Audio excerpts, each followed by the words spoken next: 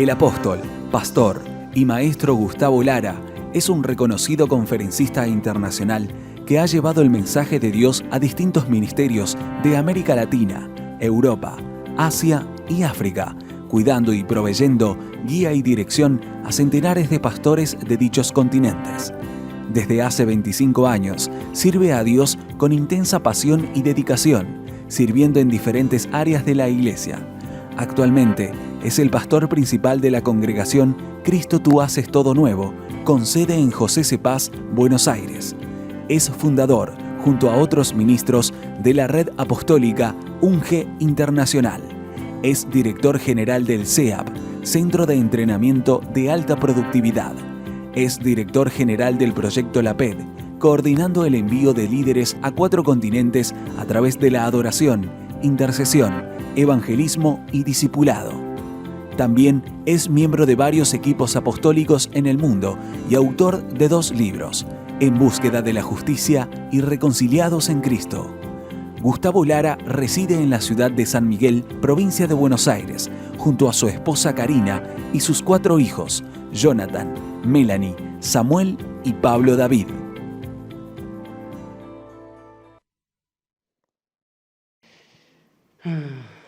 Como vamos a estar después mucho tiempo sentados, ¿les parece si nos paramos un momento, por favor?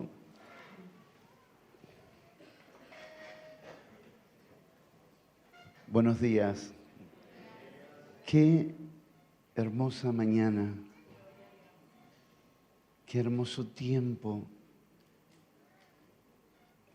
Qué maravillosa luz.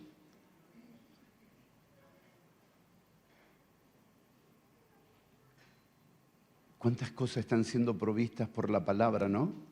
Es la misma Biblia que teníamos hace 30 años atrás. No cambió la Biblia, cambió la luz.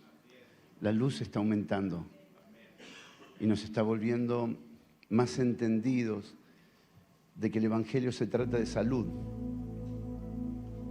y salud integral. Y lo que llevamos es salud. Somos portadores de salud. Solo que la enfermedad que la gente piensa tener no es la enfermedad verdadera.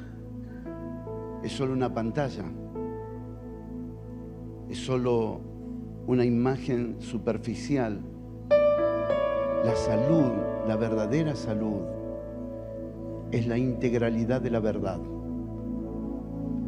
La verdad es la que está produciendo salud en nosotros y también producirá salud a través de nosotros. Vamos a exportar salud. Vamos a llevar salud. Pero esta salud no es como el mundo la piensa, como la siente y como la cree. Porque la enfermedad más grande del ser humano es el engaño. Y la enfermedad más grande que la religión ha promovido es el engaño. Y estar expuesto hoy a la verdad, en la forma en la que estamos expuestos, nos da mucha esperanza de los días que vienen. Porque la luz va en aumento y la salud está entrando de una forma extraordinaria por medio de su espíritu a la iglesia y desde la iglesia a toda la sociedad. Estos son días tan extraordinarios.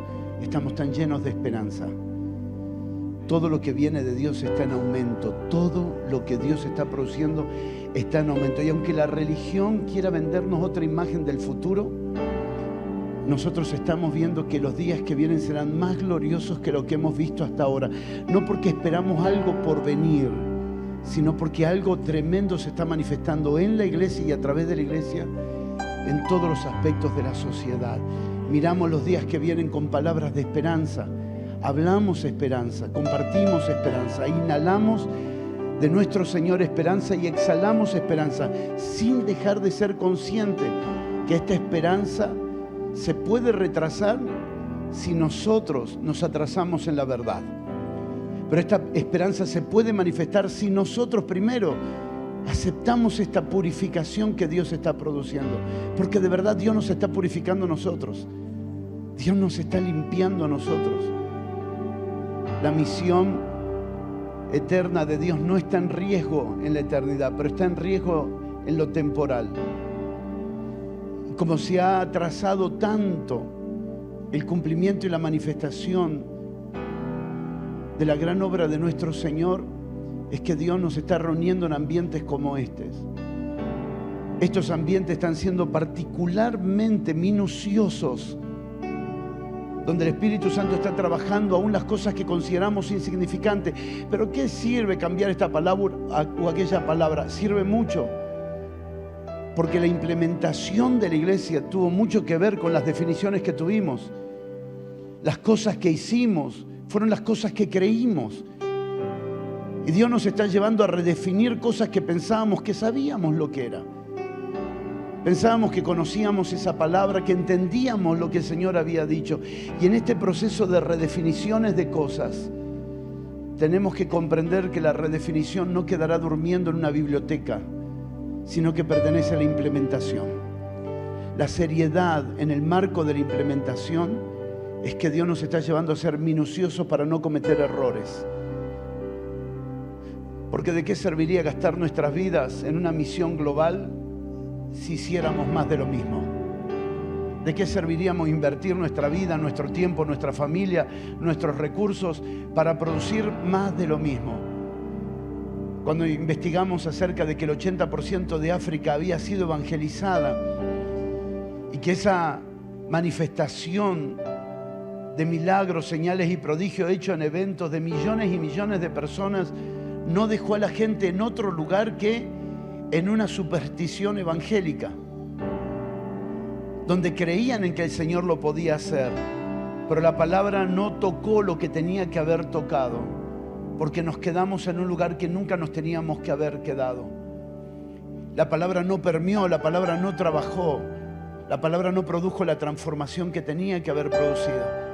Ahora, eso no quiere decir que no haya sido significativo en términos del valor eterno de esas personas. Sin lugar a duda, muchas de esas personas, al partir de esta tierra, nadie les quitará la eternidad en su espíritu.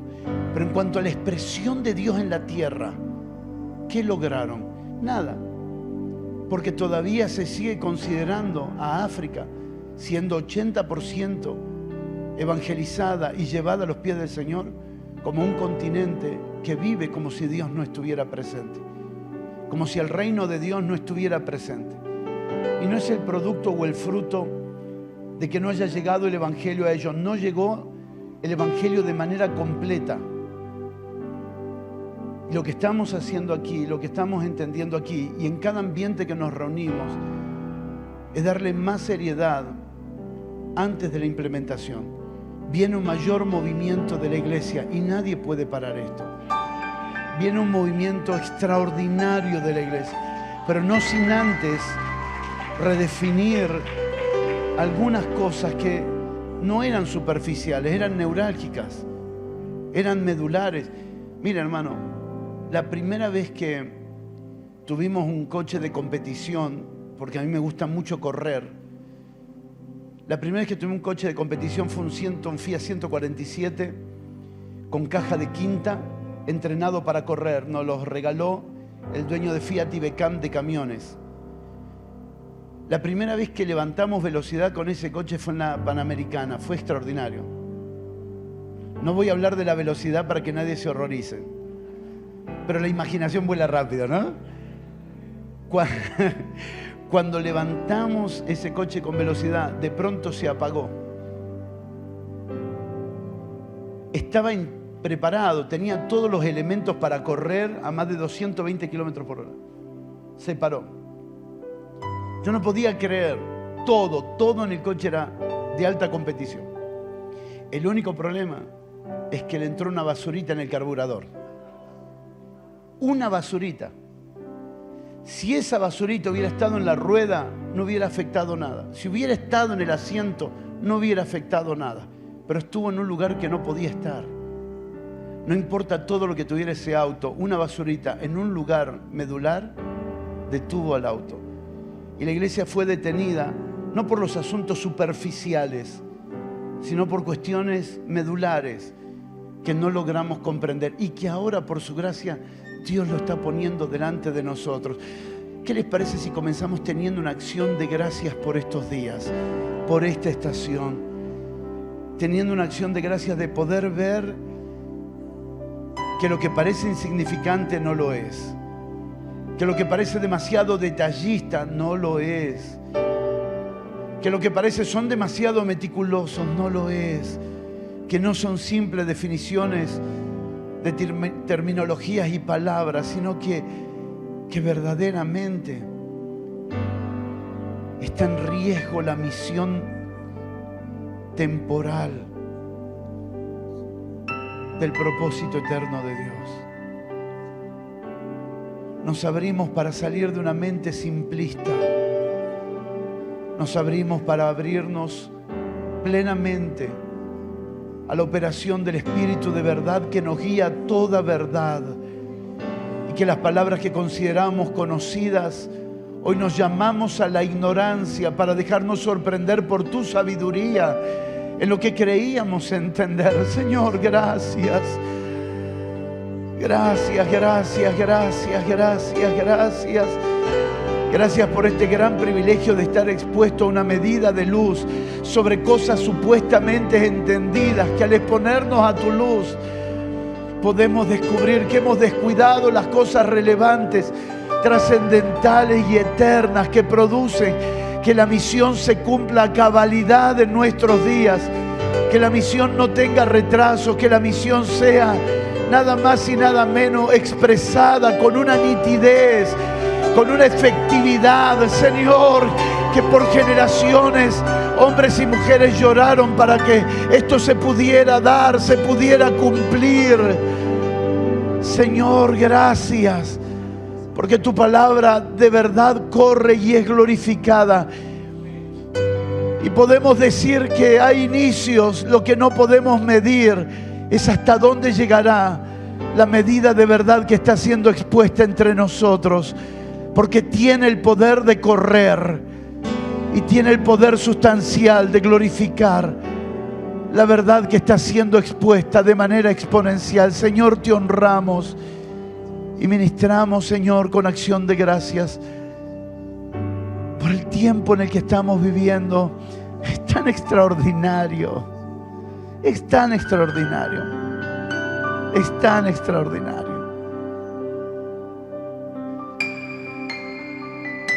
Cómo las agendas se están reuniendo, cómo las agendas se están rindiendo a tu verdad, Señor. Cómo los recursos están viniendo por causa de tu verdad y su avance. Todas las cosas están siendo reconciliadas para una exposición extraordinaria de tu verdad. Y no la verdad conceptual, sino la verdad persona. Todo está siendo reconciliado en ti, Señor. Gracias, gracias, gracias. Cantemos al Señor.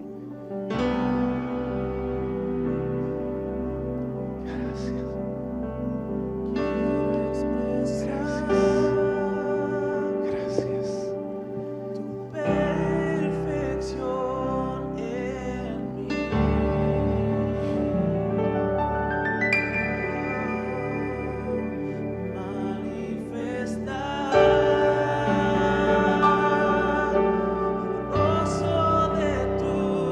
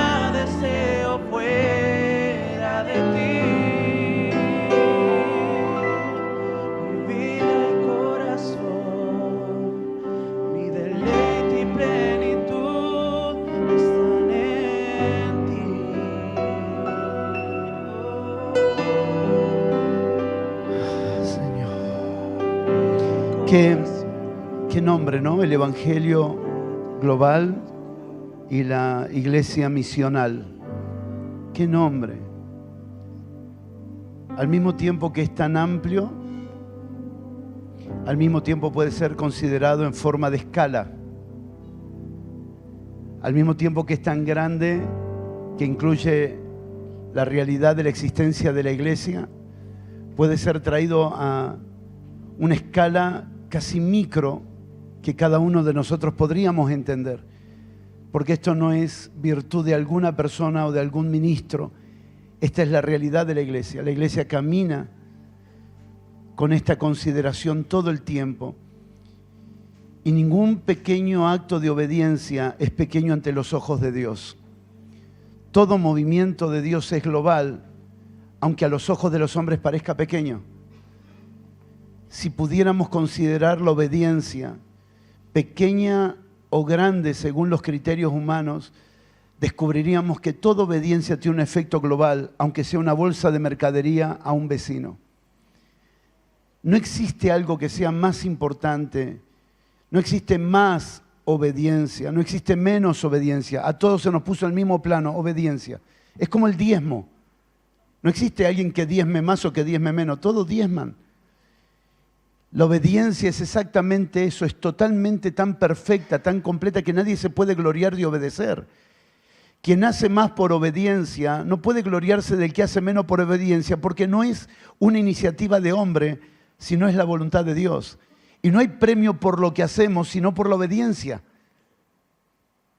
La obediencia nos pone a todo un estado de justicia tan incomparable, tan glorioso, que no queremos hacer más o hacer menos, solo queremos hacer lo que Él quiere que hagamos. Porque al hacer lo que Él quiere que hagamos, estamos todos en igualdad de condiciones. No se nos recompensará por hacer más cosas,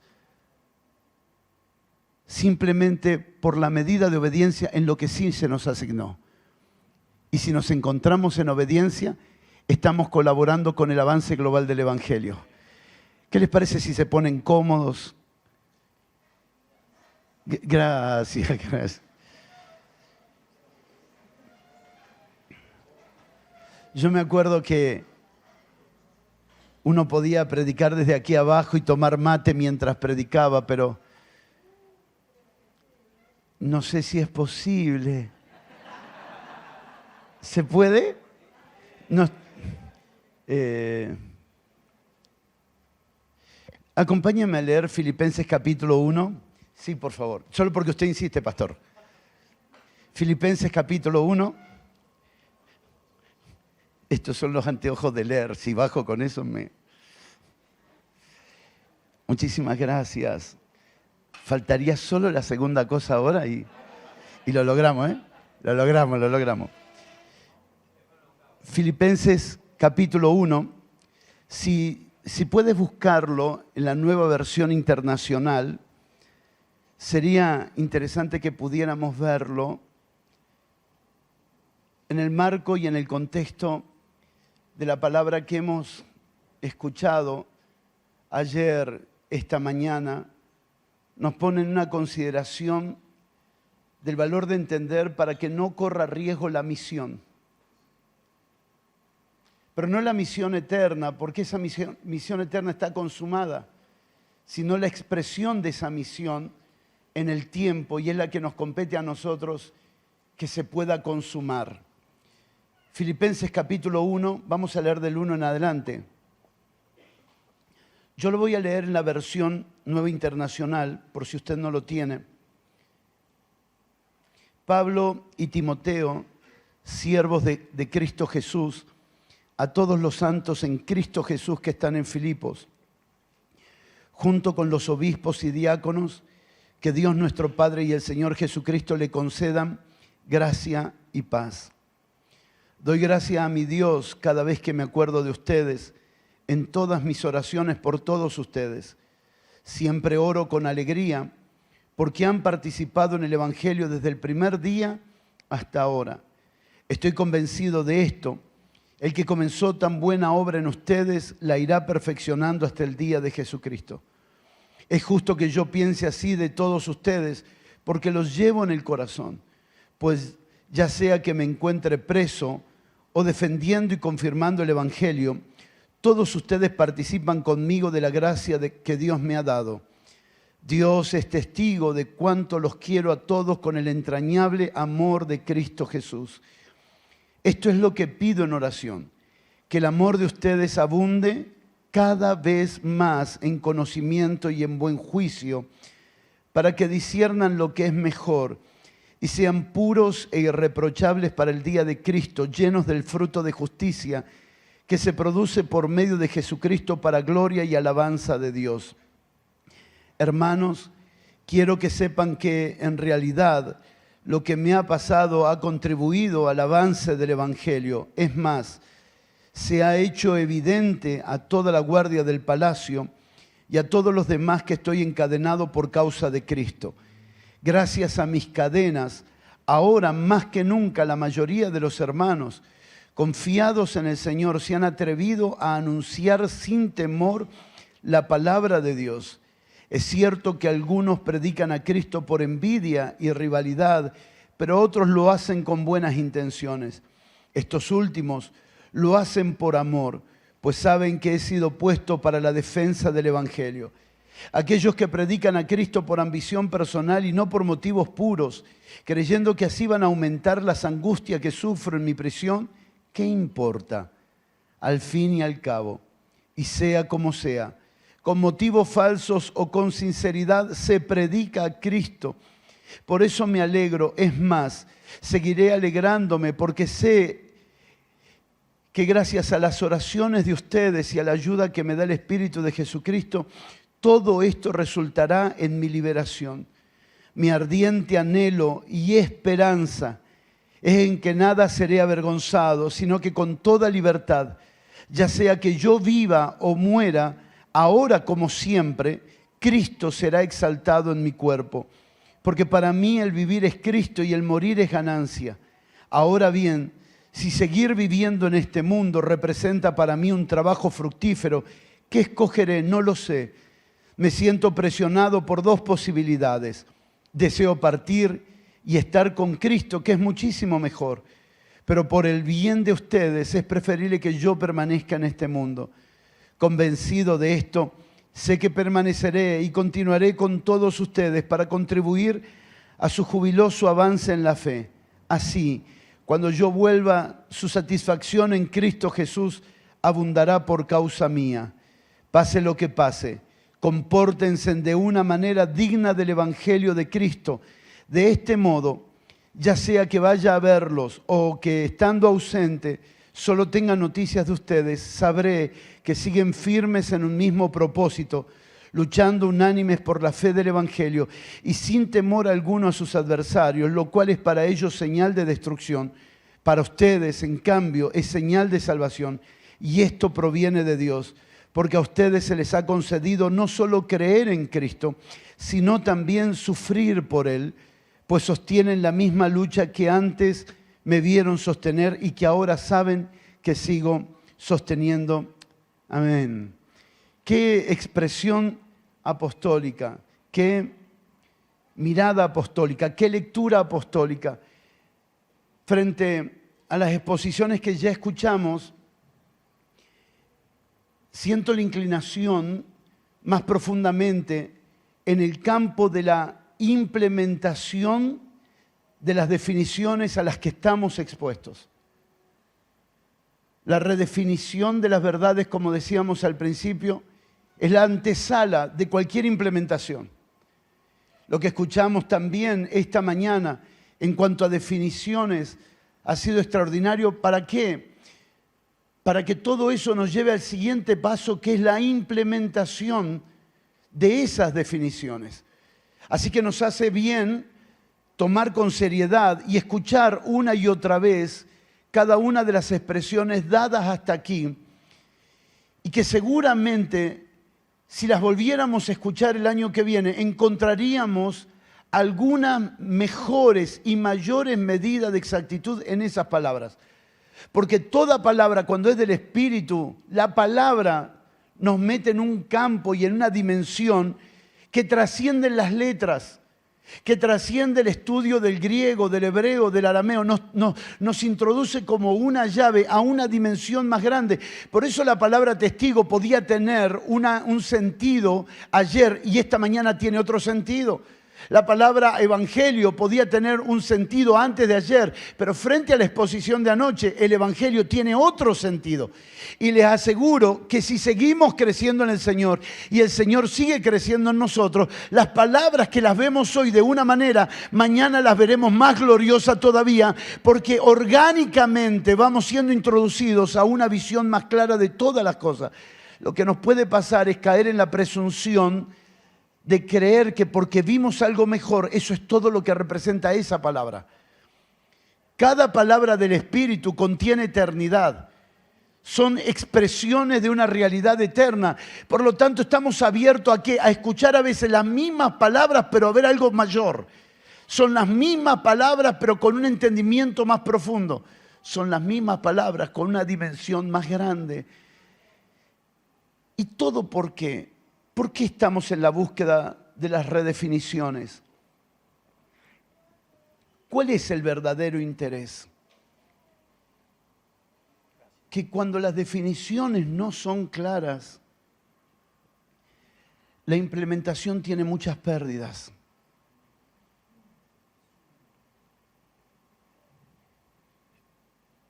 Si alguien concibe, escuche, como Apolos el Evangelio solamente como el bautismo de Juan, la pregunta es, ¿de qué sirve ser apasionado?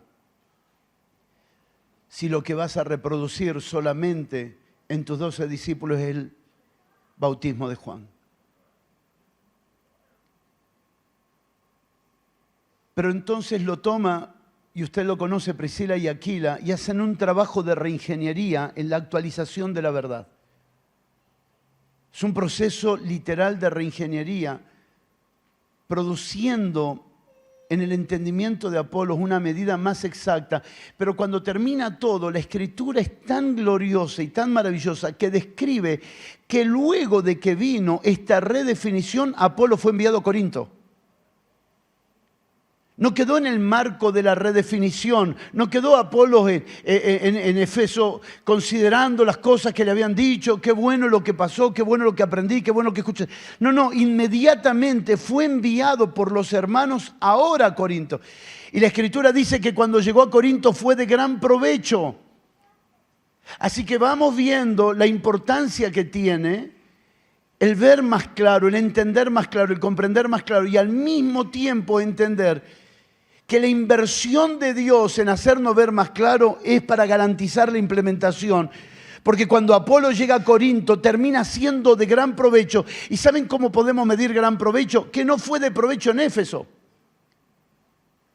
En Éfeso no le faltó pasión, en Éfeso no le faltó denuedo, en Éfeso no le faltó un espíritu ferviente y fervoroso para hablar lo que sabía y conocía.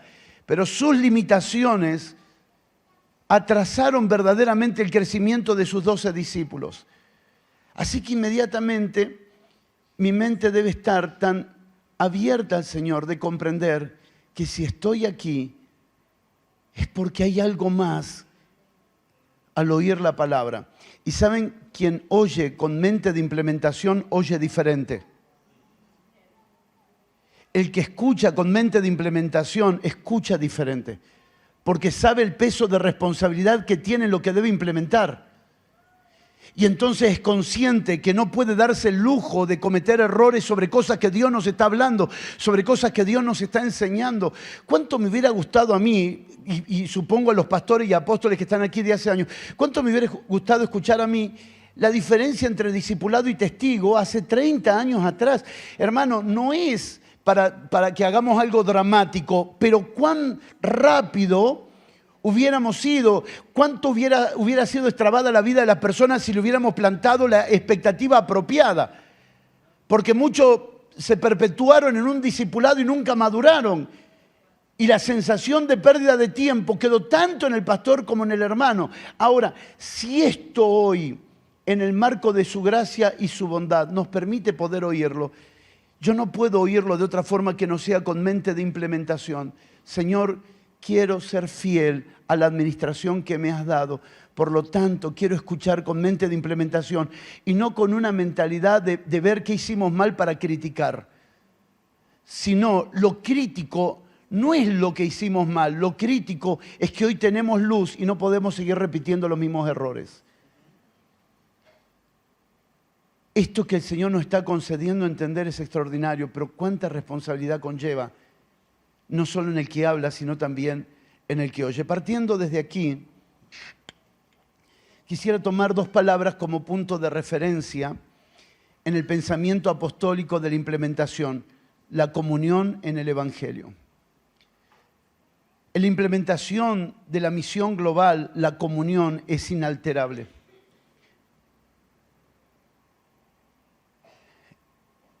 En el trabajo apostólico en esta carta, la relevancia que el apóstol Pablo le da a la comunión es extraordinaria. De hecho, la palabra comunión gira alrededor de toda la carta de una forma extraordinaria.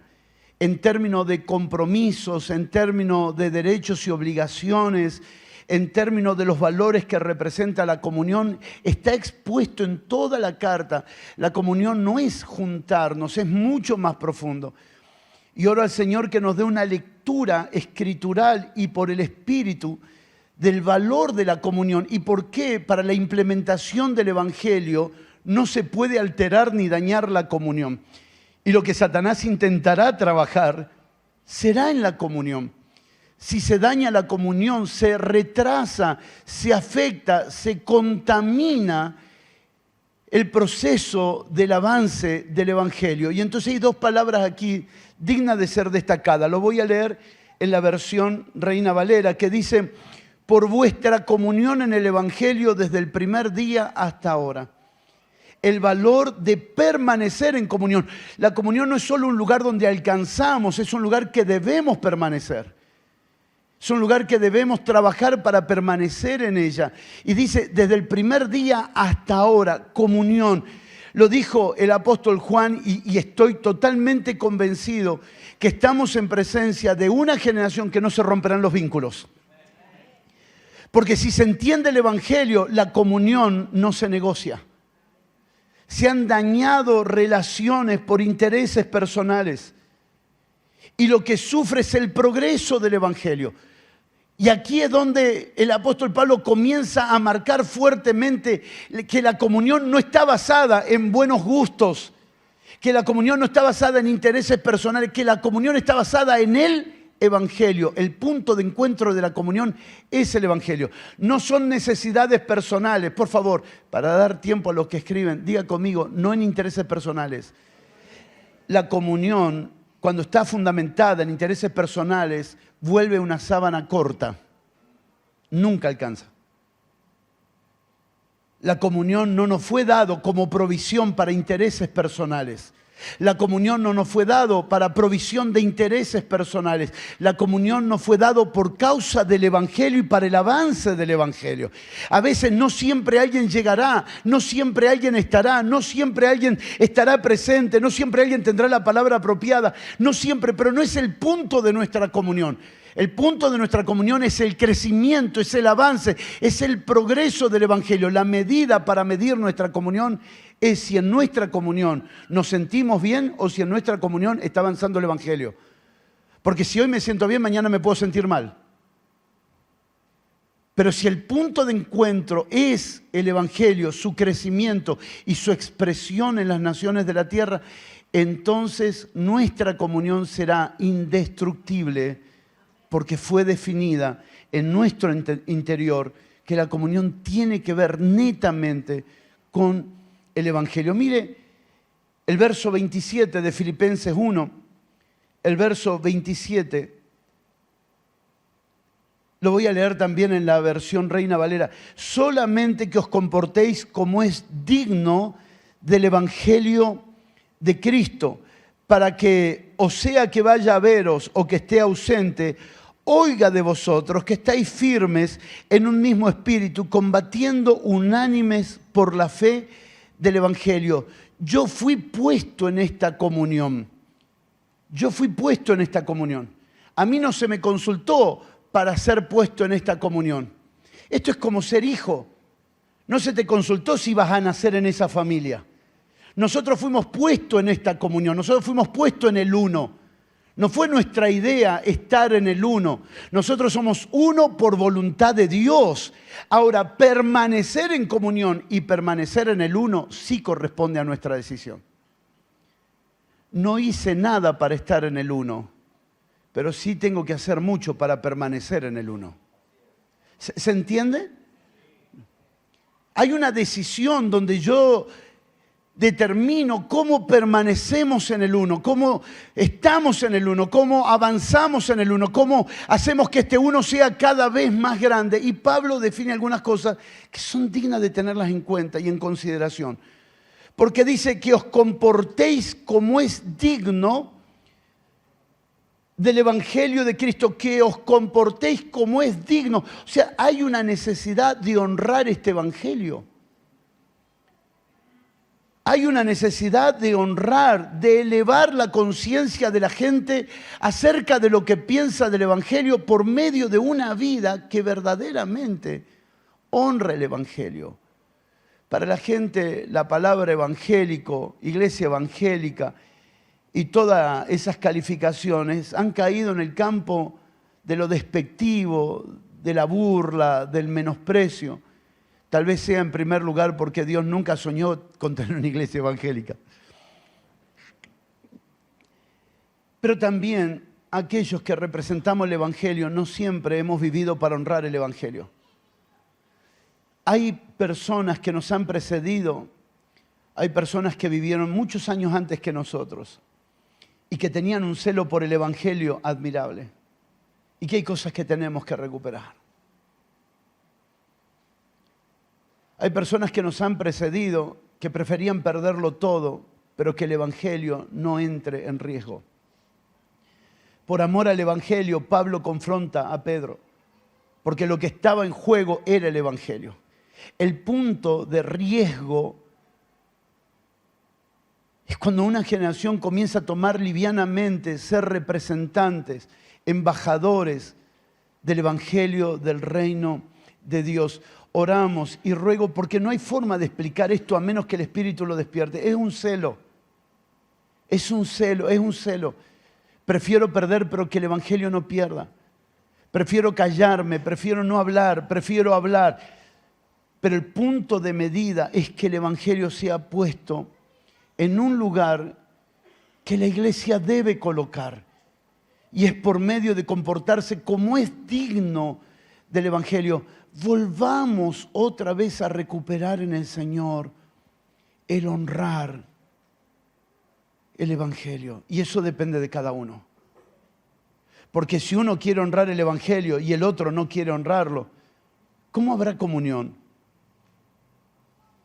El pensamiento individual, el pensamiento de lo que yo quiero, de lo que a mí me gusta, de lo que yo necesito, fue absorbiendo lentamente y sin darnos cuenta se comenzó a deshonrar el Evangelio. Se comenzó a tener en menosprecio el Evangelio. Todavía en algunos lugares, cada vez menos, pero todavía en algunas naciones decir que sos pastor te pone en un lugar de respeto tremendo. Todavía en algunas ciudades decir que sos cristiano te pone en un lugar de respeto extraordinario, porque hubo alguien que en ese lugar, que en ese territorio honró el Evangelio e hizo que el Evangelio sea lo que verdaderamente es la expresión del reino de Dios en la tierra. Si se requiere de un embajador dignidad en la representación del presidente que lo envía y de la nación que lo envía, ¿cuánto más se requiere de nosotros un procedimiento digno de lo que representamos? El celo por honrar dignamente el Evangelio al que fuimos llamados. En el pasado tenía este nombre, da buen testimonio, hermanos, ¿se acuerdan? En el pasado, algo de esa palabra tiene que ser recuperado, pero no en la superficialidad, no en la apariencia, sino en la sustancia. Pero esa palabra y esa expresión, como dicen los apóstoles, no es justo que dejemos la palabra Busquen hermanos entre ustedes llenos del Espíritu Santo, llenos de sabiduría, llenos de fe y de buen testimonio. Y de buen testimonio, de buen testimonio. Y el buen testimonio se construye desde una conciencia de honrar el Evangelio. El buen testimonio se construye desde una conciencia limpia, donde queremos verdaderamente honrar el reino de Dios, donde aquí adentro sí el testimonio pesa. Y como se nos fue dicho esta mañana, el valor de este testimonio es posible cuando alguien es testigo. No se le puede pedir a alguien que no vio al Señor que quiera honrarlo como Él se merece. Es increíble, hermano. Podemos tener 20.000 canciones diciendo quiero verte, Jesús.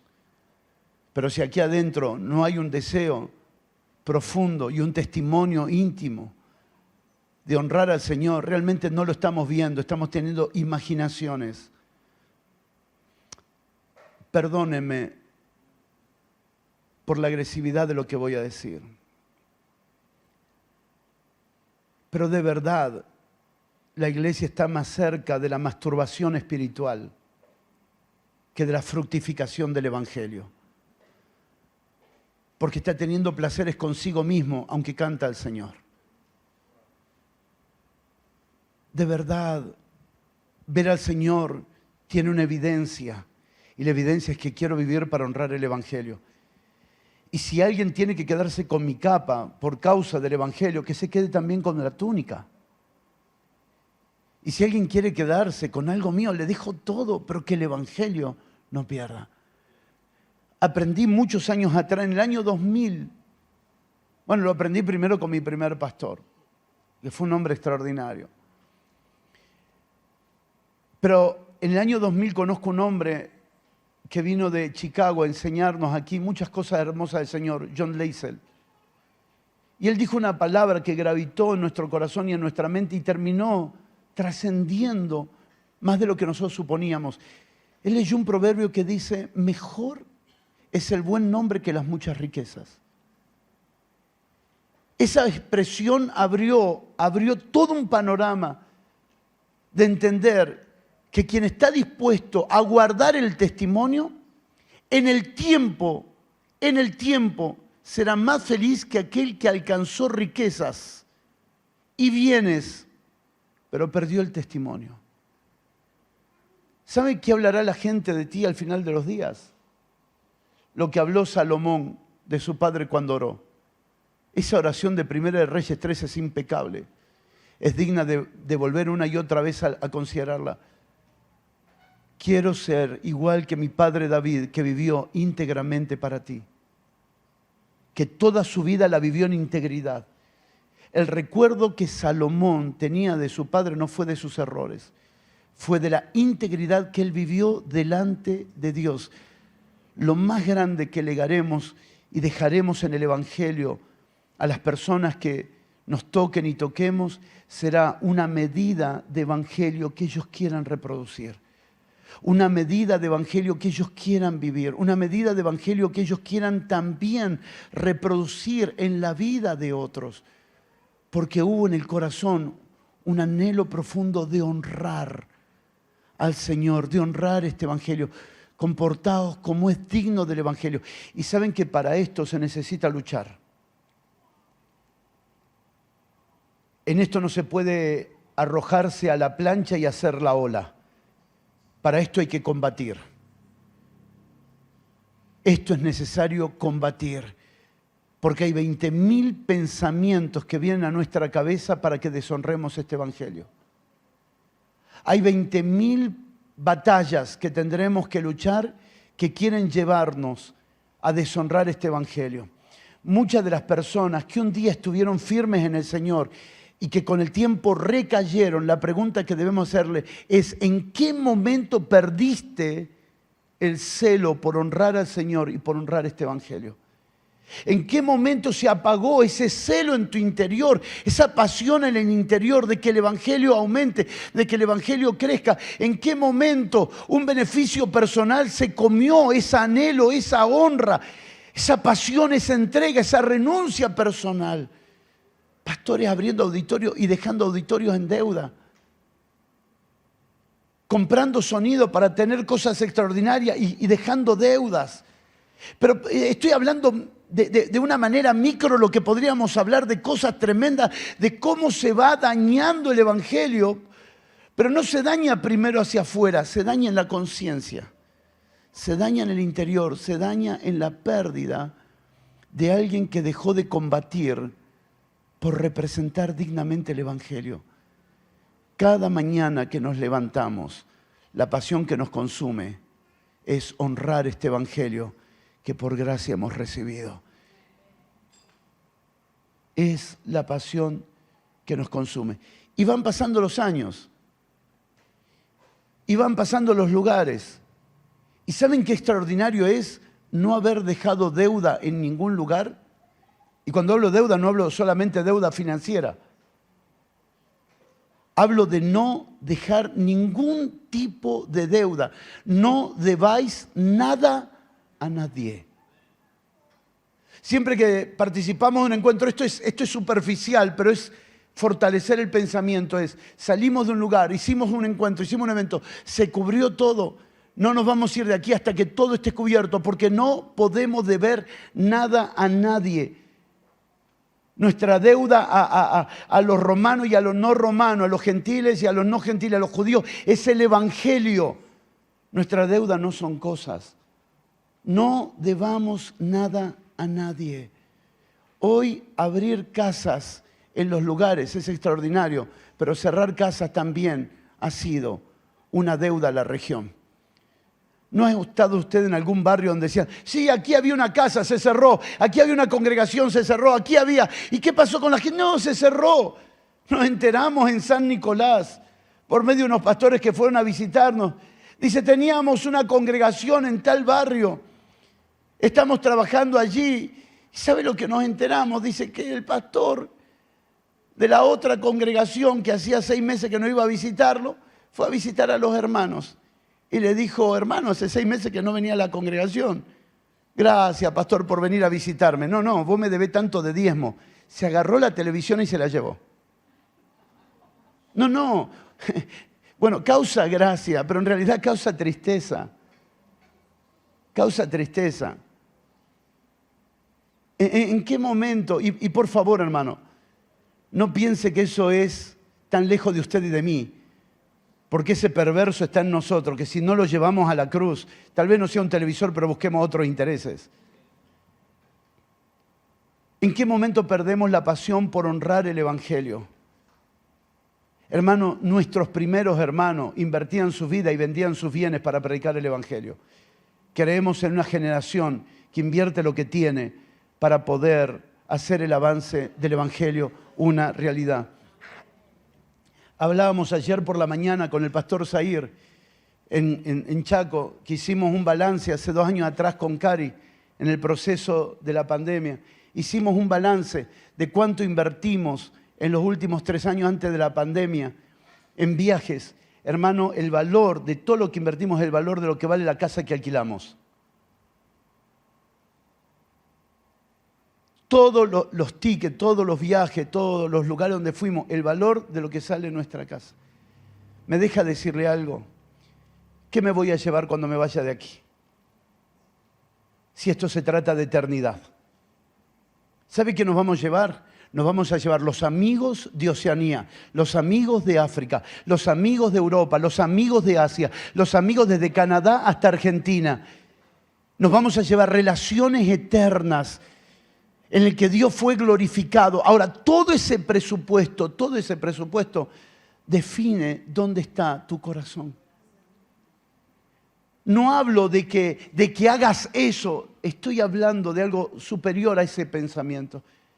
Estoy hablando de verdad. Creo que este ambiente, desde ayer hasta hoy, Dios va a despertar un amor por el Evangelio. Que estaremos dispuestos a darlo todo, no en una canción, en la vida. Cuando el lunes nos levantamos a la mañana, cuando nos levantemos el martes a la mañana, el miércoles a la mañana, y estemos dispuestos a darlo todo, y nuestra prioridad en la hora de la agenda y de las inversiones sea el Evangelio.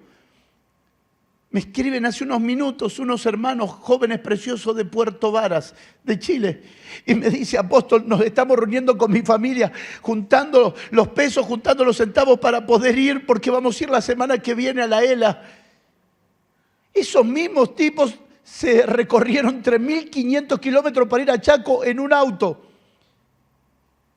Cuando fueron al Chaco, a la PET Chaco, con ese auto, el embrague se les rompe en Villa Ángela y cayeron en la casa de un pastor.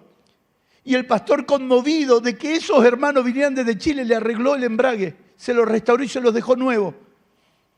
Unos hermanos de Estados Unidos le dicen, ¿ustedes vinieron en auto 3.000? Sí, queremos darle una ofrenda de amor. Porque en el Evangelio está todo lo que necesitamos.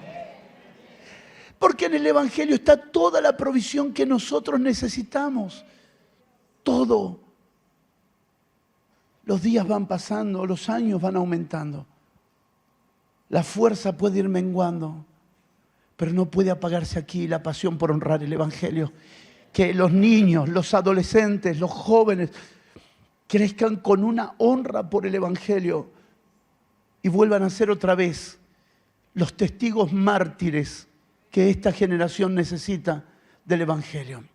Porque cuando los intereses personales se tocan, muchos han dejado de ser cristianos.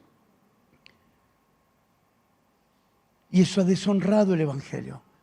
Combatamos unánimemente, en un mismo espíritu, por la fe del Evangelio. Vamos a luchar, vamos a batallar. No contra personas, sino aquí adentro, que nadie me robe la gloria de colaborar con el Evangelio.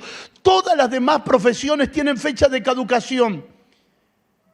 Todas las demás profesiones un día terminan su función y lo que han producido. Un día todo lo que aprendió el médico, un gusano se lo comerá. Un día todo lo que un médico hizo en el cuerpo de una persona, el gusano se lo comerá. Todo lo que un arquitecto construyó, un día el clima se lo absorberá. Pero construir y colaborar con la casa global de Dios, hermano, eso no tiene final. Eso es ser colaboradores del propósito eterno de Dios. Eso no tiene final. Luchar por lo que vale la pena luchar, por lo que el tiempo no se comerá. Luchar por lo que vale la pena luchar, formar una generación que forme otra generación hasta que el Señor retorne otra vez. Apasionados y combatiendo. Levante su mano, por favor, y grite conmigo, militancia. No, si va a decirlo así, hermano, diga militancia. Militancia. ¿Ha visto usted las marchas de los soldados? ¿Ha visto usted la actitud de los soldados? ¿Ha visto usted cuando llega el momento de la guerra? ¿Ha visto usted cuando llega el momento de la batalla? Ellos gimen, claman, se acuestan cada noche esperando que mañana los llame el comandante en jefe y les diga, hay que ir a la guerra. Porque para eso se entrenaron, para eso estudiaron, para eso se capacitaron. Viven todo el tiempo inhalando deseo de estar en el campo de batalla. Están listos, están preparados. Me gustan esas películas donde le dicen a las 6.000, ¿no? No 6.000, a las 0600, ¿no? 0600. 6.000, es así como a las 6 de la mañana. Y ellos dicen, nos tenemos que levantar. No, porque ellos se prepararon para eso. Ellos estudiaron para eso, se entrenaron para eso, aprendieron para eso, esperando el momento donde siempre esté el llamado, ese bendito llamado que le dé sentido a su profesión. Ese bendito llamado. Como el bombero que se acuesta a dormir y si a las 3 de la mañana lo llaman, responder al bendito llamado de su profesión. Señores, ¿cuál es nuestra profesión si no el progreso del Evangelio? ¿Cuál es nuestra profesión si no el avance del Evangelio? El aumento del Señor en nuestros días, el aumento del Señor en nuestros días, por medio de hombres y mujeres que cada día, en pequeñas cosas, combaten por honrar este Evangelio glorioso que el Señor nos ha dado. Creo que tengo hasta la 1, ¿no? ¿Es hasta la 1?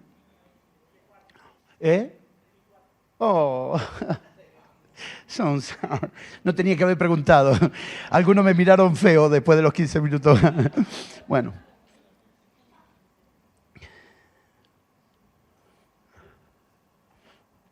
¿Alguien tendrá un pañuelo que me facilite? Porque esta bella nariz está expirando una gloriosa manifestación de resfrío. Gracias, gracias. Muy amable. Con su permiso, hermanos. Las trompetas sonarán.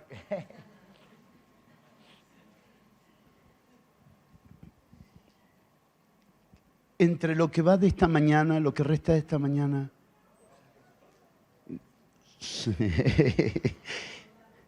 Muchísimas gracias por la generosidad, hermana. Quisiera compartir 3 cosas puntuales en el contexto de la comunión del Evangelio. Y lo vamos a hacer entre esta mañana y parte de la tarde. Número 1, pasión por la gloria y el propósito de Dios. Pasión por la gloria y el propósito de Dios. Número 2, pasión por la expansión del reino. Pasión por la expansión del reino. Y número 3, pasión por una iglesia radiante. Pasión por la gloria y el propósito de Dios. Pasión por la expansión del reino. Pasión por una iglesia radiante. Esta es la causa por la que el apóstol Pablo les llama la atención de que deben permanecer enfocados en el propósito de la comunión. La comunión nunca fue un fin en sí mismo. La comunión es el medio de transporte por donde viaja el Evangelio. La comunión es el medio de transporte por donde avanza el Evangelio, en el matrimonio, en la familia, en la congregación, en la ciudad y en las naciones de la tierra. Pablo los está llamando de nuevo a enfocarse. Había problemas de comunión en Filipo y Pablo los llama a enfocarse y a recordarles la causa de la comunión. Pero es interesante que él los llama a enfocarse en el propósito de la comunión, menospreciando su realidad particular, menospreciando sus dificultades personales. Él no lo habla desde Cancún, desde Punta Cana. Él no lo habla de un lugar turístico espectacular. Él lo está hablando desde una prisión. Y de una prisión sabe, por los testimonios que ha recibido, que nada puede detener el Evangelio si hay comunión. Que se puede estar adentro de una prisión, pero si hay comunión el Evangelio avanza. Y se puede estar afuera y no hay comunión, el Evangelio se retrasa. No son las circunstancias las que definen, y por favor espero poder con la ayuda del Señor ser claro en esto. No hay circunstancias que detengan al Evangelio, sino la comunión. Roma no detuvo el Evangelio. Y tomemos desde allí en adelante cualquier sistema gubernamental, ideológico, nada detiene al Evangelio. Hermano, una enfermedad, un diagnóstico médico no detiene el Evangelio. Hermano, una situación crítica financiera, nacional, social, regional, familiar, no detiene el Evangelio. Lo único que puede detener el Evangelio es la pérdida en la conciencia de honrar el Evangelio y la comunión de los santos. Pablo dice, yo estoy adentro y el Evangelio avanza. Ustedes están afuera y el Evangelio se retrasa. Porque lo que hace el avance o el retroceso del Evangelio es la comunión. Así que estando yo adentro y ustedes afuera, permanezcamos, combatamos en la comunión para que el Evangelio siga avanzando. No levanta disculpas de que el Evangelio no está avanzando porque él está preso. No, él dice, yo estoy preso, pero el progreso del Evangelio sigue, crece, se multiplica para la gloria del Señor. Tengo que desinstalar de mi mente toda disculpa. Tengo que desinstalar de mi mente toda excusa. ¿Por qué no está avanzando el Evangelio? En lo que concierne a mi persona, en lo que concierne a mi familia. ¿Por qué no está avanzando? Y porque usted no sabe lo que pasó con mi esposa, con mis hijos, con mi dinero, con mi salud, con mis hermanos. Esas excusas hoy están siendo expuestas como engaño. Esos son pensamientos de engaño operando en la mente de una persona. Porque alguien puede parar al hospital y terminar predicándoles a todos. Porque alguien puede enfrentar una batalla, una situación, crisis financiera por mala gestión personal o de otro. Aún así, en medio de todo eso, hará que el Evangelio siga avanzando. Si puedo destruir la excusa y la disculpa, destruiré el engaño que me ha tenido atado para no ser un instrumento del crecimiento del Evangelio. Y es posible lograrlo. Y lo vamos a lograr. Veamos algunas prioridades y metas de Pablo para la comunión apostólica. Miremos detenidamente este pasaje que acabamos de leer, Filipenses 1, aunque podríamos recurrir a tantas realidades escriturales apostólicas que son extraordinarias. Recuerden que estamos en el marco de la implementación y el alto sentido, lo vital que es que no convirtamos la comunión en una herramienta para servir a nuestros intereses personales. Si la comunión está basada en lo que pertenece a intereses personales, la suegra iba a decir. Fue un acto fallido que por el Espíritu se habrá transformado en una profecía para alguien. La soga se va a cortar. La soga se corta. Porque ¿cuánto se puede tirar para los intereses personales? La comunión no fue dada para intereses personales, sino para un solo interés, el interés de nuestro Dios, el interés de nuestro Señor. Lo que nos une es su interés, lo que nos une es su voluntad, lo que nos une es su deseo, lo que nos une es su plan. Y la distancia no pueden parar la comunión cuando el punto de encuentro es la voluntad de Dios. Cuando el punto de encuentro es lo que le interesa a Dios, me interesa a mí. Y lo que me interesa a mí nos interesa a todos nosotros. Y entonces ahora lo que vale la pena es que todos nosotros estamos reunidos en un solo interés. ¿En qué punto la comunión se daña? ¿Se acuerdan los reclamos de Marta y de María a Jesús? No estuviste cuando Lázaro te necesitó. Lázaro murió. Las decepciones, las expectativas no cumplidas, los proyectos que teníamos. No. La voluntad del Señor, hermano. La voluntad del Señor. Hay sinfín de factores que no se pueden hablar todo el tiempo. Hay sinfín de realidades que no se pueden explicar todo el tiempo y que no se demanda explicación cuando el interés es el Evangelio. El avance del Evangelio. Todo lo demás pertenecen al campo de las expectativas no satisfechas de un corazón que estira la soga y la termina cortando. La comunión en el Evangelio tiene un solo interés y es el progreso del Evangelio en nosotros y a través de nosotros para la gloria de su nombre. Y les confieso honestamente que es una materia en la que muchos de nosotros nos tenemos que graduar. Pablo le escribe 4 veces en 1 Corintios 16 a los corintios diciéndole: quiero estar con ustedes, iré a ustedes, volveré a estar con ustedes, cuánto deseo estar con ustedes, y después termina diciéndole: pero me voy a Éfeso. 4 veces. 4 veces Pablo reafirma su deseo de participar con ellos. 4 veces. Pero termina diciendo: pero me voy a Éfeso. Menos mal que tenemos 2 Corintios, ¿no?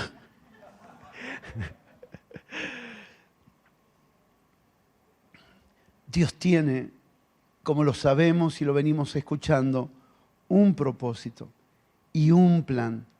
Y nuestras alianzas, nuestra comunión, necesitan servir a su propósito. Nuestra comunión gira alrededor de su propósito. Claro que la comunión incluirá situaciones personales de cuidado, claro que sí, pero no es la prioridad.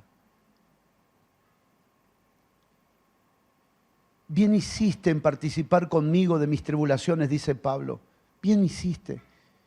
Me alegro de que hayáis revivido vuestro cuidado de mí, pero quiero que sepan que he aprendido a contentarme cualquiera sea mi situación.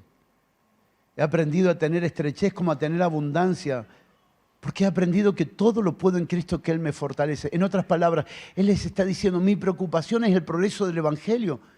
Gracias por el cuidado. Pero esto va más allá de todo esto. Esto tiene que ver con el progreso del Evangelio. La preocupación de Pablo no era que no le dieran, que no le entregaran, que no le ofrecieran. La preocupación de Pablo era de qué serviría esa ofrenda si ellos mismos no colaboraban con el progreso del Evangelio. En otras palabras, ¿qué valía más para Pablo? ¿La ofrenda que le enviaron a él los filipenses o la comunión de los santos? Ahora, te pregunto, papá, ¿cuántos de los que están aquí tienen más de 3 hijos? Dios te guarde y te provee, hermano. Yo sé lo que es eso. Y si me están mirando, los amo. Escuchen, ¿qué es lo mejor que te puede pasar? Que te regalen un hermoso perfume para el Día del Padre o que el Día del Padre lo tenga todo en tu mesa, comiendo y disfrutando entre ellos porque entre ellos se llevan excelente. Es lógico, hermano. Tiene sentido, la comunión le da más placer a Dios que cualquier otra cosa. La comunión, lo que Pablo les está planteando, no es que él tiene un desinterés sobre la ofrenda que le enviaron, no es que él está quitando valor a eso, de ninguna manera, él está poniendo en perspectiva las cosas que tienen valor. Y él habla que la comunión de los hermanos le daba a él mayor placer que cualquier otra cosa, porque él sabía que esto se trata de un propósito. Solo un propósito. La comunión en el Evangelio es una misión compartida. La misión compartida debe ser llevada como los 4 levitas del Arca del Pacto. La palabra leví, cuando usted la estudia, significa uno en su origen. Significa unidad. En su origen, Leví. Y eran 4 levitas que tenían que compartir la carga. ¿Tendría Israel algún musculoso como yo que pudiera cargar solo el arca del pacto? Posiblemente. Pero Dios dijo, la misión tiene que ser compartida. Compartir la misma misión. Compartida. Está llegando el día donde todos estamos llegando a una misma estatura para compartir el mismo peso, para compartir la misma responsabilidad, para compartir el mismo privilegio, para compartir el mismo gozo, pero también compartir lo que representa el alto costo de lo que nos fue planteado en esta mañana, el precio y el dolor de ser entrenado para dar a la medida de lo que se espera de nosotros. Algunos, cuando el peso se calienta, le quitan el hombro. Cuando el horno se calienta, dicen, bueno, Sadrach, hasta acá somos amigos. El horno se calienta, ¿no? ¿Lo conocía a Pablo? No, ¿quién es Pablo? Y Apolo, no, ni idea quién es Apolo. Compartimos la misión en esta comunión extraordinaria que Dios nos ha hecho uno. Es interesante hablar de la misión apostólica porque la misión apostólica es redundante en su expresión. Porque misión en latín significa enviado y apostólico en griego significa enviado.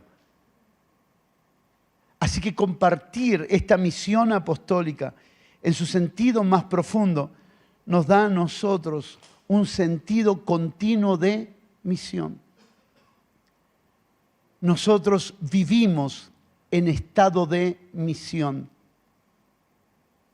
Yo no predico el domingo, yo vivo en estado de misión. No me preparo, me voy a preparar para el domingo. No, vivo preparado porque vivo en la misión. Estoy todo el tiempo preparado. Pastor, ¿podés predicar esta tarde? No, no puedo porque no me preparé. No, vos estás en una misión. Tu vida es la misión. Tenés que estar todo el tiempo listo porque no sabés en qué momento te llamen, en qué momento te pidan, en qué momento recurran de ti. Todo el tiempo vivir con una conciencia de misión. Hermano, quien pierde de vista la misión tiene tiempo para Betsabé. En todas sus formas, Quien pierde la noción de misión. Vos te acostás a la noche, seanme honestos, vos te acostás a la noche pensando en la misión y toda la noche soñás la misión. Y te levantás ¿cómo? Te vas a bañar rápido, tenés un sentido de misión, todo el tiempo estás sumergido en la misión. Tenemos una generación sumergida como nunca antes en la pornografía, porque lo venimos hablando en cuanto a la masturbación espiritual. Una generación que necesita ver al Señor y en Él ver la misión.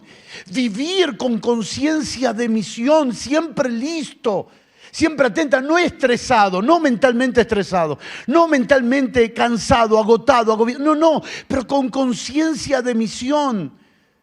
Porque al vivir con conciencia de misión, estamos listos todo el tiempo, 24/7, para cumplir la misión que se nos ha pedido en el trabajo, en la escuela, en los estudios, en el hospital, en el mercado.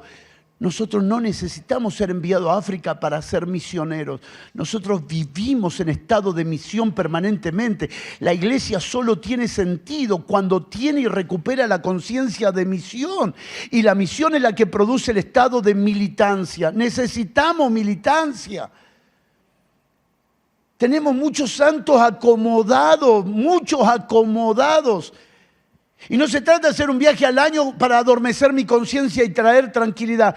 El estado de militancia en donde estamos continuamente militando este evangelio extraordinario que Dios nos ha dado. Todo el tiempo, en cada lugar, en estado de militancia.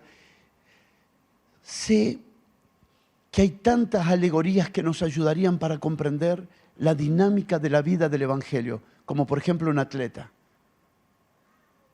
Y fue expresado esta mañana tan claramente. Déjeme sumarle el segundo aspecto y le ruego con una sonrisa abrace a alguien. Recuperar la identidad militante. Recuperar la identidad militante. Recuperar la identidad de misión. Recuperar la identidad de misión. De misión, de misión.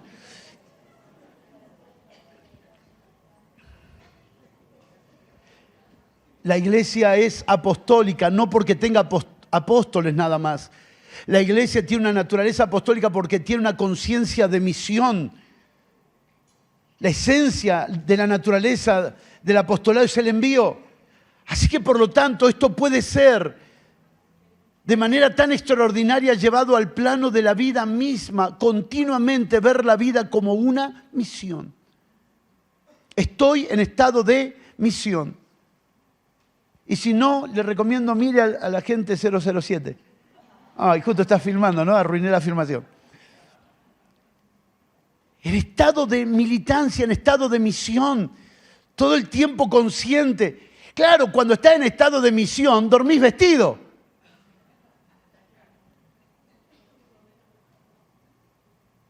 Comés bien, comés poco, comés justo, comés saludable porque viene una demanda. Porque no sabés en qué momento tenés que salir corriendo. Amo hablar con la pastora Gilda porque el tiempo que ella estuvo en China, ellos saben cómo eran sus valijas, un bolsito como el bochito del Chavo del Ocho, que cuando se enojaba decía, me voy.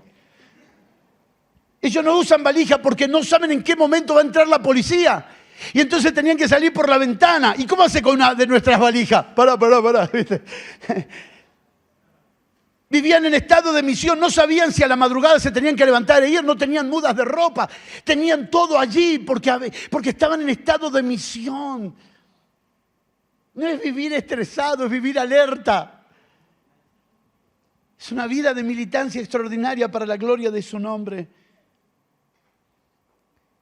Este concepto de misión compartida está envuelto en la intención estratégica del corazón de Dios.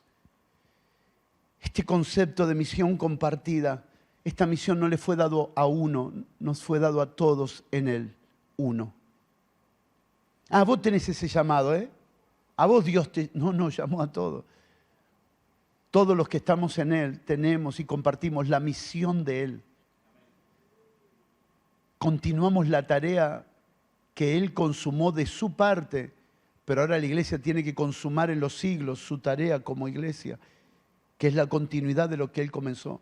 No puedo llamarme iglesia y no compartir la misma misión que Él.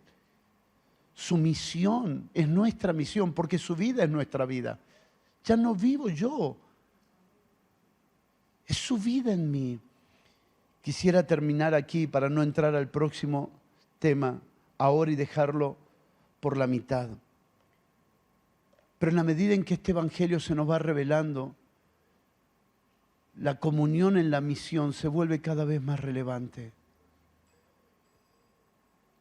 En la medida que este evangelio va creciendo en nuestro entendimiento, la conciencia de militancia se vuelve más fuerte. Sé que podríamos levantar juicios sobre algunos sistemas ideológicos por la vehemencia con que defienden sus ideologías. Pero de verdad, permítanme decir esto sin ánimo de ofender a nadie, aunque totalmente en desacuerdo con su ideología, admiro su militancia. No tienen vergüenza. No escatiman esfuerzo. Invierten sus vidas, su familia, sus hijos crecen en esa militancia. Alguien me dijo, pastor, a mí me llamó Dios, no a mi hijo. No, la familia está en la misión. Esto es una cuestión familiar, no es una cuestión personal. Algunos dejaron afuera a sus familias de la militancia y de la misión y después tuvieron que ir a juntarlos de alguna manera porque todos se extraviaron. Haz partícipe de este evangelio a la familia, que son también copartícipes en esta misión, participantes de esta misión que Dios nos ha dado, que Dios ha puesto en nuestros corazones, que Dios ha revelado por su gracia a nuestras vidas. Es glorioso militar, es glorioso militar en esta misión.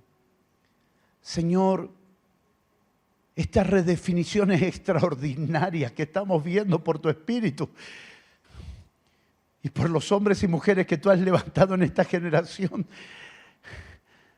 nos están llevando, Señor, a la certeza de una expresión victoriosa de la iglesia, imparable, indestructible, gloriosa y radiante, que se da a conocer, Señor, en medio de una generación de oscuridad, de tinieblas, donde tu luz está aumentando de manera gloriosa por la influencia de santos que están militando en esta verdad, absorbidos, velando día y noche por el avance de esta verdad.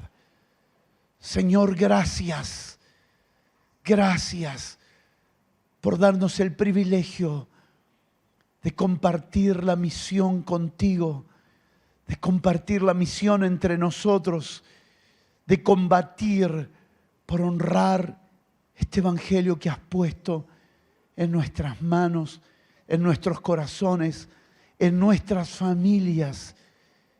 Señor, qué gozo eterno saber que aún después de partir de esta tierra,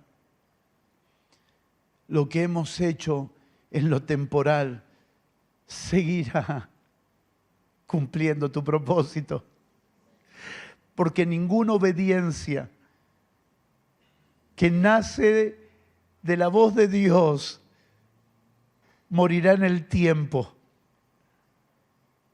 Todavía el sacrificio de Abel, la ofrenda de Abel, está presente, dice Hebreos capítulo 11. Es extraordinario saber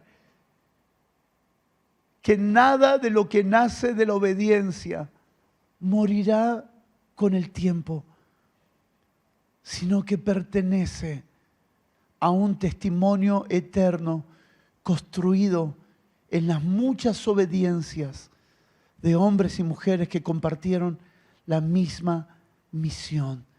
gracias por darnos el Evangelio.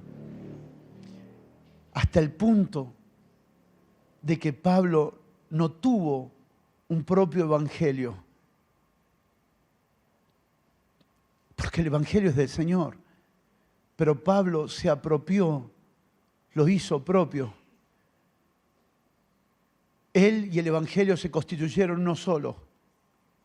Esa expresión gloriosa de Pablo que dice, mi Evangelio. No se estaba adueñando del Evangelio, se estaba apropiando en el término de desencarnó en mí el Evangelio. Todo en mí grita el Evangelio. Todo en mí respira el Evangelio. Hermanos, yo les aseguro, la semana que viene, ustedes verán al mundo ir a Qatar. La sexta posición de participantes de Qatar son argentinos. Y no estoy emitiendo juicio, solo diciendo que cuando algo se te encarna, nada te para. No soy evangélico. El Evangelio nos ha absorbido. No soy evangélico. El Evangelio nos absorbió. Y vivimos para honrarlo y militamos por este Evangelio. Amén y amén.